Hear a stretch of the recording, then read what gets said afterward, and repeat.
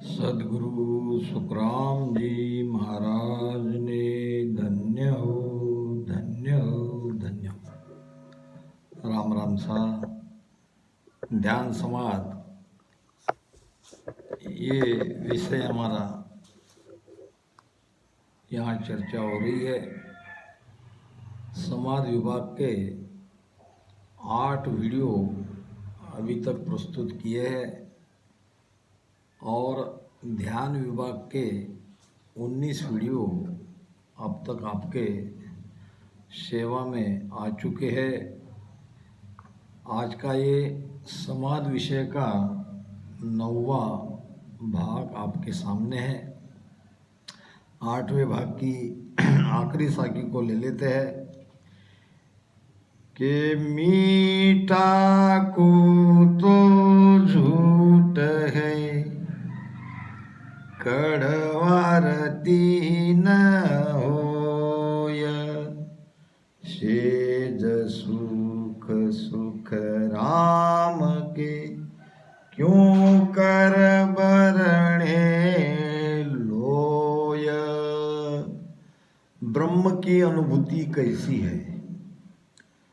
जब कोई संत 10वें द्वार के परे उस सस्वरूप आनंद पद में पहुंच जाते हैं तो कोई अगर उनको कहे कि भाई वहाँ का अनुभव क्या है तो क्या कह सकते हैं? गूंगे को अगर कहे कि गुड़ का स्वाद कैसा है, वो क्या कहेगा? घी साव पुष्पं जलमीन पंतो, उड़े विहंग भवरा कहाँ गेल संतो, सेजात सुखम सोजीव जाने, यूं ब्रह्म सुखम कोई संत पिचाने। तो मीठा को तो झूठ है, उसको मीठा कहता हूँ तो वो मीठे से भी परे है, वो मीठा भी नहीं है। कड़वा रतीन कोई ब्रह्म सुख को अगर मैं कड़वा कहता हूँ तो तिल मात्र भी वो कड़वा नहीं है। सेज सुख सुख राम की क्यों कर भरणे लोय। सेज सुख संसार का सुख, सुख तो आता है मगर कोई सुख के बारे में पूछे तो सुख का वर्णन नहीं किया जा सकता। ऐसा ही उस ब्रह्म का सुख है, उस देश का सुख है। गिरत साव सुख सेज का, ये 9वां वीडियो प्रारंभ हो रहा है और 9वें वीडियो की पहली साखी आपके सामने है। ध्यान समाधि इस विषय की और समाधि पार्ट समाधि भाग चल रहा है कि गिरत साव सुख सेज का, ये तो दिष्टंग होय, वाका सुख सुख राम के, उद्भुत दर से मोय। प्राय महापुरुषों के वाणी में उस सुख के बारे में बताया जाता है कि प्रमाण दिया जाता है वो सुख कैसा है। अभी महाराज ने भी कहा है घी साव पुष्पं जलमीन पंतो, उड़े बिहंग भवरा कहाँ गेल संतो। तो घी का स्वाद बताया नहीं जाता, फूलों में खुशबू है मगर खुशबू कैसी है ये शब्द में बताई नहीं जाती। तो अब महाराज कह रहे हैं कि ये भी एक तरह से दृष्टांत ही है, ये भी कोई परफेक्ट उस सुख की अनुभूति नहीं है। यानी घी का पुष्प का उदाहरण देकर ये हमको नहीं समझ लेना है कि सस्वरूप आनंद पद का सुख ठीक ऐसा ही है कि गिरत साव सुख सेज का, ये तो दिष्टंग होय। ये तो सब दृष्टांत के जैसे है। कोई प्रमाण सिद्ध करना है तो दृष्टांत के द्वारा सिद्ध किया जाता है। कोई बात समझने में दृष्टांत के द्वारा आसान होती है, मगर दृष्टांत ठीक हुए वैसे ही नहीं होते। कभी काल्पनिक होते हैं तो कभी कोई सुनी सुनाई कथा को दृष्टांत के द्वारा बताया जाता है। तो सेज का सुख, संसार का सुख और घी का सुख, ये भी दृष्टांत है। इससे भी कई अलग वो सुख है, कई बढ़िया वो सुख है, वो आनंद है। वाका सुख सुख राम के, उद बुद दर से मोय। वहाँ का सुख अद्भुत है, कहने में नहीं आते। ले सुख सो जानसी, दूजा पारक नाय।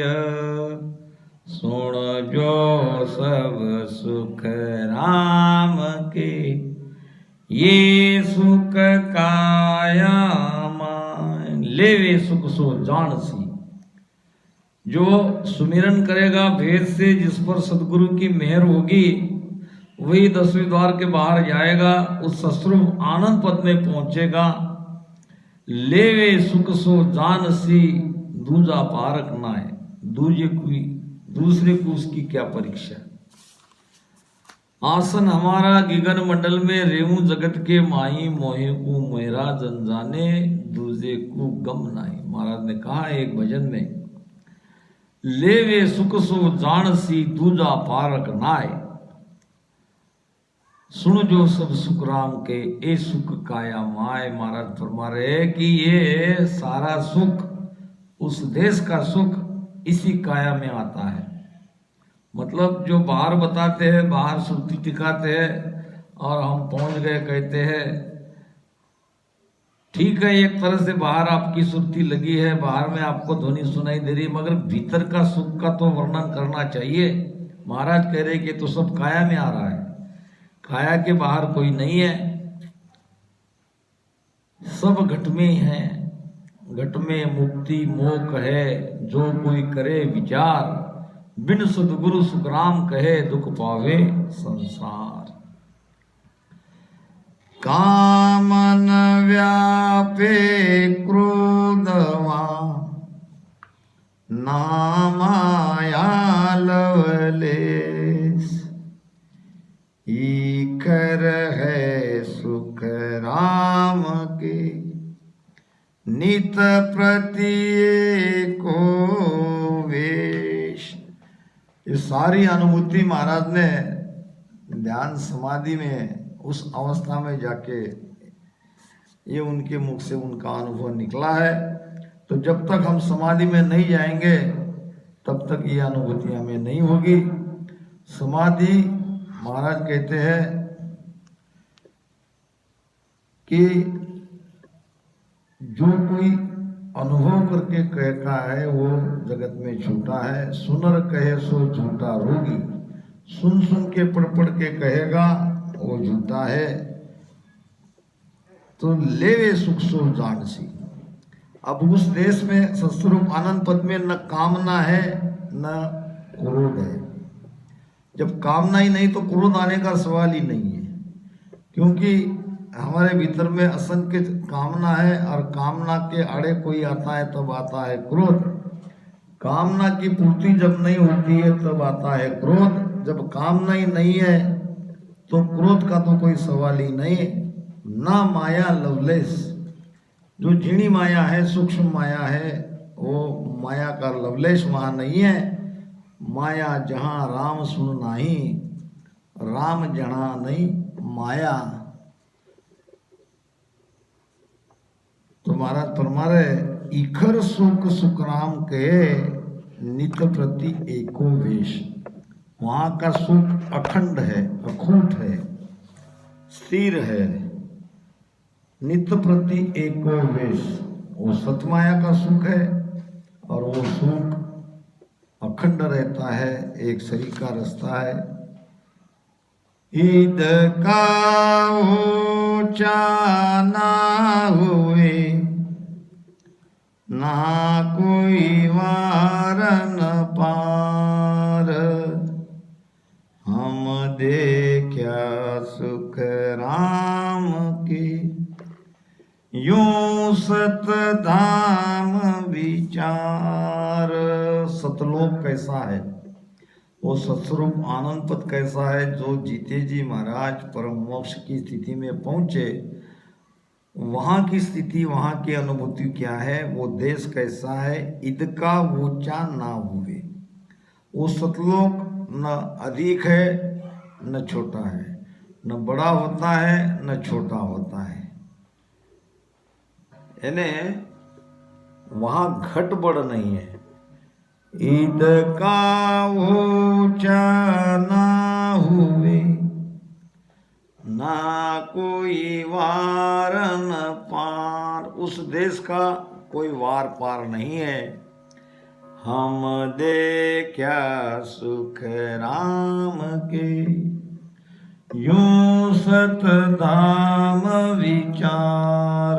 महाराज फरमा रहे कि मैंने समाधि अवस्था में जाके उस देश का अनुभव किया, और मेरे अनुभव से ये सतलोक इस प्रकार का है, उसमें घाट बात नहीं है, न बड़ा है न छोटा है, न वहाँ माया है न वहाँ कामना है न वहाँ क्रोध है।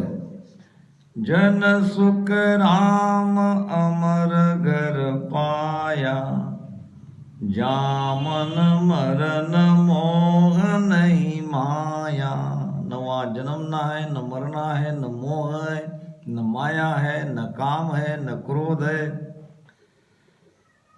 हम देखा सुख राम के, यूं सतधाम विचार। खरा करी बाता कहूँ, वहाँ की यहाँ मैं लाय, केता है सुख राम के, सुख दुख एक न माय। खरा खरी की बाता कहूँ, यानी उस देश का मैं सच्चा सच्चा अनुभव कह रहा हूँ, इसमें लेस मात्र भी झूठ नहीं है। खरा खरी बाता कहूँ, वहाँ की यहाँ मैं लाए, मैंने वहाँ देखा, ध्यान किया समाधि अवस्था में जाके, और वो सब अनुभव करके वहाँ की बात यहाँ मैं आपको कह रहा हूँ। केता है सुख राम के, सुख दुख एक न माय। वहाँ न सुख है न दुख है, ब्रह्म माय सुख दुख नहीं, और माया दुख को रूप। अमर सुख माया अखंड सुखिया, वो देश अनूप। अमर सुख अखंड माया, वो देश अनूप है। तो सुख दुख के परे दो पद है, एक पार ब्रह्म का पद, सृष्टिकर्ता का पद, जहाँ हम थे, जहाँ सुख दुख दोनों नहीं था, और सुख के का जो संसार बना, और सस्वरूप आनंद पद में आनंद है, सुख दुख नहीं है। यहाँ शून्य की स्थिति है, सुख दुख नहीं है। तो केता है सुख राम के, दुख सुख एक न माय। ऐसो ब्रह्म विचार है, सुनता हो सब कोय। सुन सागर सुख राम के, ऐसा सायब होय। जैसा शून्य का सागर है, पहले तो बाहर में जल का सागर जो अथाह है, जिसका वार पार नहीं, वैसे भीतर में शून्य का सागर है। और ये शून्य के सागर के जैसा वो मालिक है, वो परमात्मा है। ऐसा ब्रह्म विचार है सुनता हो सब कोय। सभी सुनो ज्ञानी ध्यानी जगत कि परमात्मा कैसा है। तो परमात्मा अथाह शून्य सागर के जैसा है। सुन सागर सुखराम कहे ऐसा साहिब होए। परशाद सवे द्वार को दीन में फेरन कोय। केवल बिन सुख राम के वाजन सतन होय। मैंने 10वें द्वार को भी परस लिया, वहां का भी अनुभव कर लिया, क्योंकि 10वें द्वार के बाहर राम जी है और ये घट में उसकी सारी अनुभूति हो रही है। 10वें द्वार से ही यह अनुभव आना चालू हो जाता है। तो परशा 10वें द्वार को, मैंने 10वें द्वार को देखा, इसमें कोई तरह सा फेर फार नहीं है, बिल्कुल सच्ची सच्ची बात है। केवल बिन सुख राम के वाजन सत न हो। डायरेक्ट आनंद पद में नहीं जा सकते, केवल पद में जाना पड़ेगा। केवल पद से ही आनंद पद में जाना पड़ेगा। केवल हो या न केवल होई, फिर जन्म धरे नहीं कोई। तो केवल पद है 10वें द्वार, आनंद पद है 10वें द्वार के परे। बस 10वें द्वार से ही वो अनुभूति आनी चालू हो जाती है। परशा 10वें द्वार कूतिन में फेर न कोय, और केवल बिन सुखराम के वादन सत न होय। केवल पद में जब तक हम नहीं पहुंचते तब तक सतलोक में सतरूप आनंद पद में नहीं जा सकते। बड़ा तीर्थंकर सूरवा केवल में सब सार। ताही को सुख राम के यो ही धाम विचार। 24 तीर्थंकर शूरवीर होके गए, बहुत शूरवीरता से उन्होंने ध्यान किया। महाराज कहते हैं कि आद भजो जन रिखब देव, अंत भजो महावीर। 8 पोर सिमरण किया, धर चित ध्यान सधीर। धर चित ध्यान सधीर, इकंतर आसन किया। छाड़ जगत को राज जगत सुचार जलिया।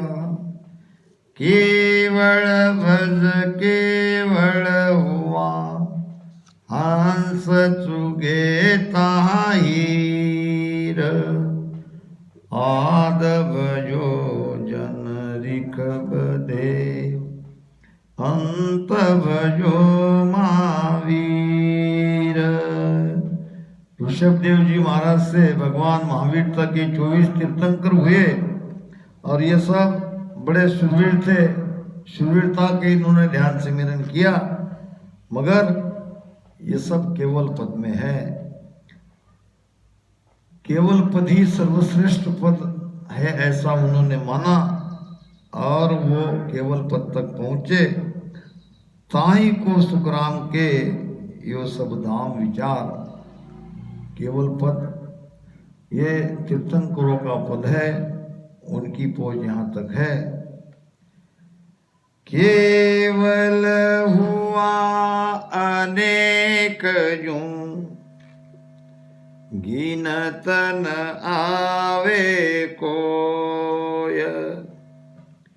24 सुख राम के, सब ही के सिर होय। केवल हुआ अनेक युग, अनेक संत केवल पद तक पहुंचे, गिनत न आवे कोई। इनकी गिनती नहीं है, केवल पद तक तो अनेक संत, कई संत पहुंचे। 24 सुख राम के सभी के सिर हुए। मगर ये 24 तीर्थंकर बड़े शूरवीर थे, उस सबके ऊपर थे, शिरोधार्य थे। यानी तीर्थंकरों के नीचे ही बाकी जो केवल पद में पहुंचे हैं वे सारे संत आते हैं, और ये 24 तीर्थंकर सबसे ऊपर है, सर्वश्रेष्ठ है। 24 सुख राम के सब ही के सिर होय, या में मोह में फेर बहो, वहाँ बीच इनके माया, आगे सुन सुख राम के पहुँचाए कई गाँव, या में मुंह में फेर बहो। किसमें? इस 24 तीर्थंकरों में और मुझ में फर्क है, दोनों में अंतर है।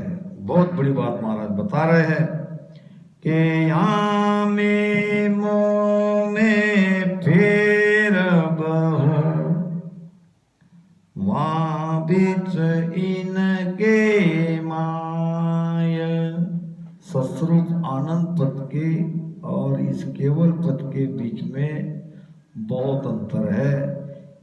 इस कारण मैं तो सस्वरूप आनंद पद में पहुंचा हूं और ये तीर्थंकर सब केवल पद तक पहुंचे हैं। तो या में मुंह में फेर बहो, जो केवल पद तक पहुंचे हैं और जो सस्वरूप आनंद पद में पहुंचे हैं, दोनों में तो अंतर रहना ही चाहिए। वाह बीच इनके माय, और आगे सुन सुख राम के पहुँचाए कई गाँव। और आगे यानी केवल पद में, जब केवल पद की अंतिम अवस्था सबसे ऊंची स्थिति होती है, तो महाराज कहते हैं कि मैं और वो दोनों एक ही गांव पहुंचे, यानी दोनों का अनुभव समान है। एक गांव पहुंचने का मतलब एक जगह दोनों पहुंचे। अब वहां से महाराज दशरथ द्वार खोल के बाहर गए और ये 24 तीर्थंकर वहीं पे रुक गए। केवल इतना ही फर्क है, मगर वहां तक की दोनों की स्थिति, दोनों की अनुभूति, दोनों का देश एक ही है। महाराज कह रहे हैं कि आगे सुन सुख राम के पहुँचाए कई गाँव, 24 इदकार है, सुर नर पूजे आय, आगे सुन सुख राम के ये को बस्ती जाय। बहुत अच्छी बात महाराज बता रहे हैं। अथाह ज्ञान है, 24 इदकार है, यानी 24 तीर्थंकरों का तो प्रभाव जरूर है, वो तो अधिक जरूर है। वो तो बाकी और संत जो केवल पद में पहुंचे हैं उनसे ऊंची स्थान पर ये 24 तीर्थंकर पहुंचे, इनमें कोई फर्क नहीं। 24 इदकार है, इनकी महिमा अधिक है, वो बड़े हैं। सुर नर पूजे आय। अब 24 तीर्थंकर को मृत्यु लोक में उनके जाने के बाद देवता भी पूछते हैं तो मनुष्य भी पूछते हैं। देवता भी उनकी महिमा करते हैं तो मनुष्य भी 24 तीर्थंकरों की पूजा करते हैं, उनको भगवान मानते हैं। और जैन मत इन्हीं तीर्थंकरों से पैदा हुआ। उनके लिए महाराज कह रहे हैं कि आगे सुन सुख राम की, ये को बस्ती जाय। अब 24 तीर्थंकरों को मानना है तो उन्होंने जैसा भजन सुमिरन किया वैसा भजन सुमिरन करना पड़ेगा। उनको मानकर उनकी पूजा करके कहाँ जाएंगे, ये महाराज प्रश्न कर रहे हैं। आगे सुन सुख राम के, ये को बस्ती जाए, अर्थात ये 3 लोग के बाहर नहीं जा सकते। यूं कुदरत का खेल है, केवल उपजे ना, बैठा तो सुख राम के, सुध बुध दसवा माय। ये 24 तीर्थंकर सुध बुध के साथ ध्यान सुमिरन करते हुए, बुद्धि के साथ इसलिए कहा गया है कि 24 तीर्थंकर राजा थे। राजपाट सुख संपत्ति को छोड़ के इन्होंने ध्यान सुमिरन किया तो बुद्धि तो इनकी बहुत जबरदस्त रही है कि इन्होंने निर्णय किया, राजपाट सुख को त्यागा। तो कहाँ तक पहुंचे, तो 10वें द्वार तक पहुंचे। बैठा तो सुखराम कहे सुधबुध 10वां माय। यूं कुदरत का खेल है, केवल उपजे ना है। अब ये केवल और महाराज का केवल में यहाँ अब अंतर दिख रहा है। यहाँ केवल पत्तों तो अनेक गए और तीर्थंकर भी गए। महाराज कहते हैं कि मेरा जो केवल है ये कुदरत कला के द्वारा वहां तक पहुंचा जाता है, और इन 24 तीर्थंकरों के भीतर ये कुदरत कला नहीं प्रकट हुई। यूं कुदरत का खेल है, केवल बुझे नाय। जो मेरा केवल है वो तीर्थंकरों के अंदर प्रकट नहीं हुआ। बिसवा बिस 21 सो, हीण में फेरन कोय, केवल में सुख राम के, पूरा का गुण जोय। अब ये पूरा को समझना है, पूरा किसको कहते हैं। पूरा वैसे देखा जाए तो वो समय, अब कौन सा समय, सत्ताधारी सदगुरु शरीर के साथ संसार में रहना, यह है पूरा। अब महाराज फरमा रहे हैं कि क्यों वो केवल पद तक ही रहे। ये भी 20वां 20 21 ले इनमें फेरन को, ये भी पूरी जोर देकर महाराज कह रहे हैं कि मैं 20वां 20 और 21 के साथ कह रहा हूँ, 100 नहीं 101 पक्के के साथ कह रहा हूँ कि इनमें फेरनसार, मैं जो ये ज्ञान कह रहा हूँ, मैं जो ये बात कह रहा हूँ, इनमें किसी भी प्रकार का कोई फेरफार नहीं। यानी मैं जो कह रहा हूँ वो सत्य कह रहा हूँ। क्या कह रहा हूँ, केवल में सुख राम के, पूरा को गुण जोय। उस केवल पद में सत्ताधारी सदगुरु की अनुपस्थिति ही 10वें द्वार खोल के बाहर नहीं जाने दे रही है। यही सत्ता का पराक्रम है, और सत्ताधारी संत में रहती है, और यही पूरा का गुण है। यही पूरा न होने के कारण, वो समय न होने के कारण ये 24 तीर्थंकर उस केवल पद में जाके वहीं रुक गए, इसके आगे वो नहीं गए। तो महाराज ने सारा निर्णय यहाँ किया है। साख नंबर 96 तक ये 9वां भाग यहाँ पर हम इसको रोकेंगे, और आगे समाधावस्था के 10वें भाग को प्रारंभ करेंगे। राम राम साहब।